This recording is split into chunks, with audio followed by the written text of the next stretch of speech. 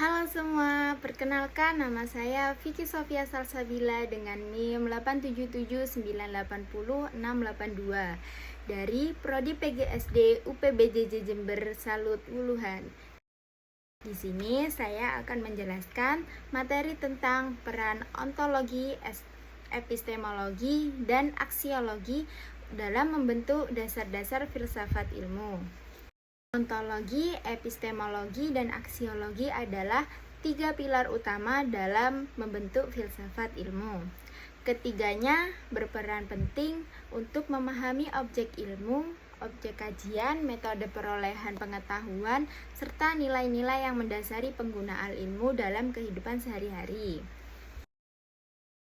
Yang pertama, ontologi. Ontologi menjelaskan apa yang dikaji oleh ilmu dan hakikat realistis itu sendiri, seperti apa yang ada atau apa yang dikaji.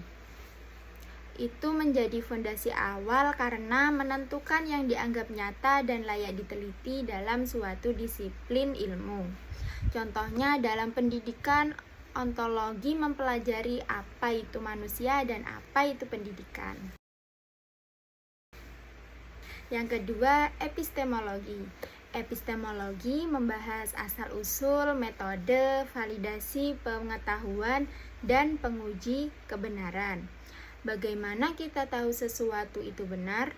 Bisa dengan menggunakan metode eksperimen, observasi, metode ilmiah, serta analisis logis. Hal tersebut memastikan ilmu diperoleh secara valid dan diuji ulang untuk menghindari asumsi subjektif.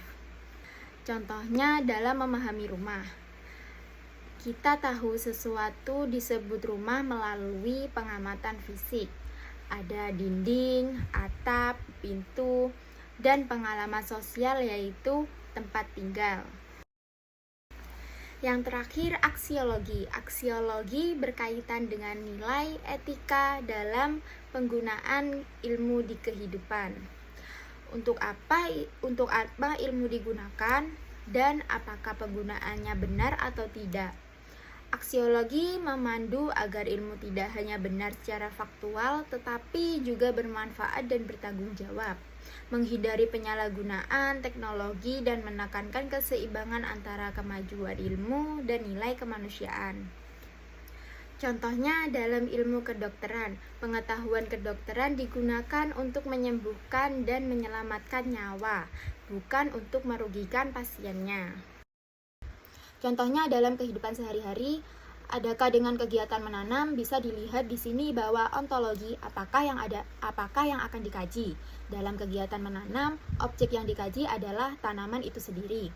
Murid dapat mempelajari apa itu tanaman, bagian-bagian tanaman seperti akar, daun, buah, atau sebagainya.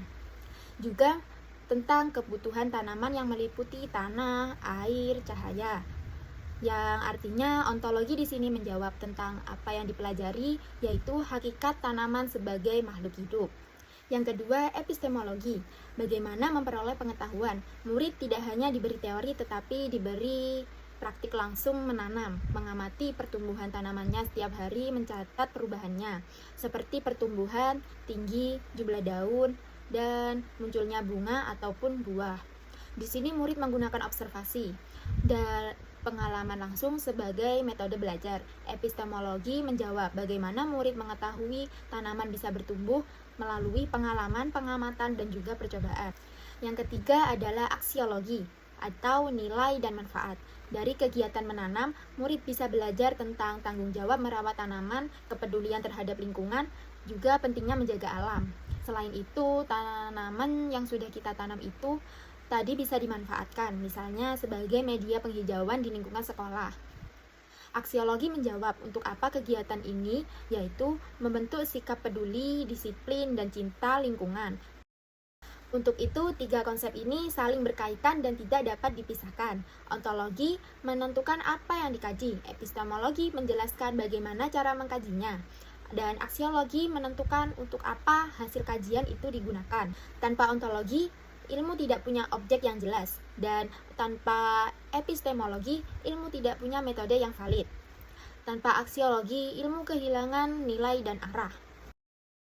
Demikian penjelasan dari saya. Wassalamualaikum warahmatullahi wabarakatuh.